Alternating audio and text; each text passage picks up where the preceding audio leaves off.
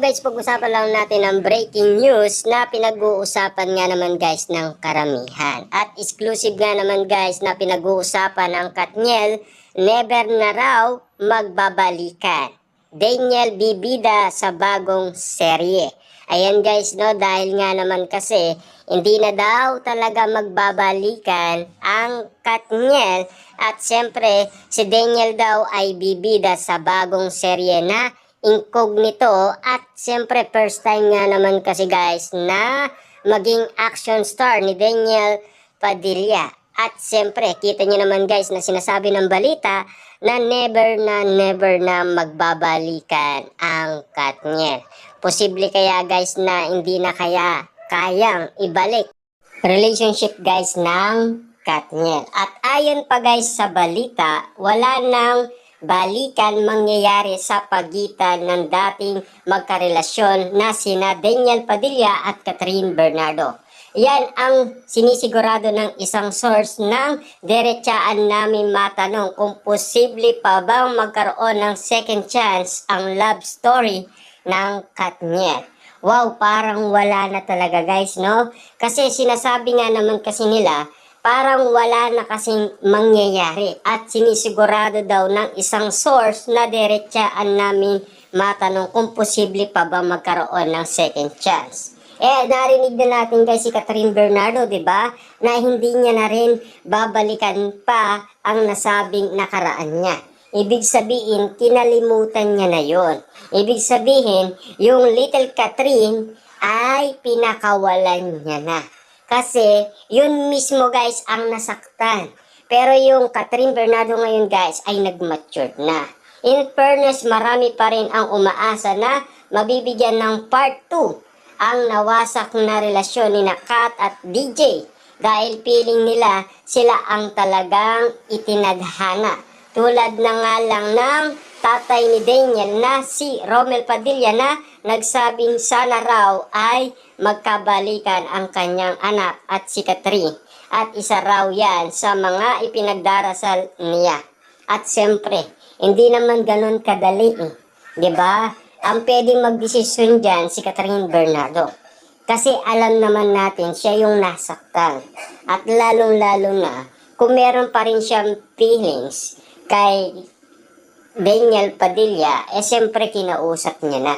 Di ba pinatawad niya na si Daniel Padilla at hindi ibig sabihin nun, pwede na makabalik si Daniel Padilla kay Catherine Bernardo.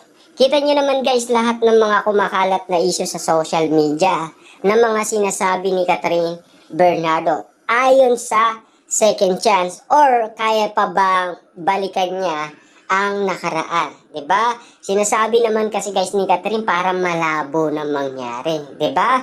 Siyempre pag malabo na siya makipagbalikan. Kasi maraming nagre-request guys kay Catherine na kaya mo ring gawin 'yan sa tamang tao. Yung nasira na 11 years nilang dalawa ni Daniel Padilla. Siyempre yun kasi guys ang mga sinasabi ng ibang tao para naman guys talagang mapigilan nila si Catherine Bernardo na hindi sana siya maging marupok.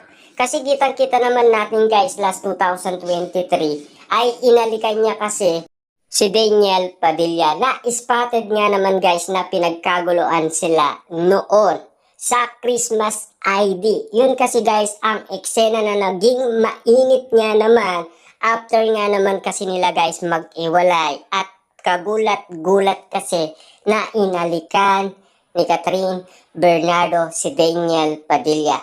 Kaya nga naman guys, malaking duda at pagtataka ng lahat ng tao na baka daw niloloko lang sila ng Katniel. Dahil sinasabi daw kasi nila na magkaiwalay sila pero meron kasing alikan na nangyari. Kaya nga naman guys, nagkagulo lahat ng mga tao. Talagang nangyari yan dumarating yung puntong nagkakasubukan. Pero para sa akin, ako I still pray na sana dumating yung panahon na magkita sila ulit. Say ni Romel. Magkakaunawaan dahil napakalaking panahon yung nilaan nila sa pagmamahalan nila. Pinagdadasal ko sana manumbalik pa ang kanilang pagmamahalan. Siyempre guys, no, si Catherine Bernardo, siya lang dapat ang wag mong lolokohin. Kapag siya daw ang niloko mo, talagang grabing magalit yan. Kaya nga naman, paano pa mangyayari ang nasabing balikan kung ayaw na ni Catherine Bernardo makipagbalikan pa? Kasi grabe guys marami kasing mga tao na nagsasabi kay Catherine Bernardo na huwag siyang maging marupok at huwag na siyang magtitiwala pa kay Daniel Padilla. Ano ang sinasabi madalas ng mga tao kay Catherine? Diba? Cheater is always a cheater. Diba? Yun ang laging sinasabi nila kay Catherine Bernardo. Kaya nga naman guys, tinatandaan ni Catherine Bernardo kung ano ang payo ng lahat ng mga tao sa kanya. Kaya nga naman guys, yung second chance na sinasabi ni Catherine Bernardo, ay isang gift yun. Pero sana yung gift na binigay sa'yo, kailangan naman kasi ay bigyan mo ng pansin at wag mo nang uulitin. Kaso, sobra-sobra na guys yung binigay niyang second chance kay Daniel Padilla. Sana nakakaunawa naman guys lahat ng tao. Dahil si Catherine Bernardo ay mapagbigayan at mabait. Talagang mapagmahal pa yan. Nerespeto niya lahat ng mga pagkakamali ni Daniel Padilla. Pero, anong ginawa guys ni Daniel Padilla sa kanya?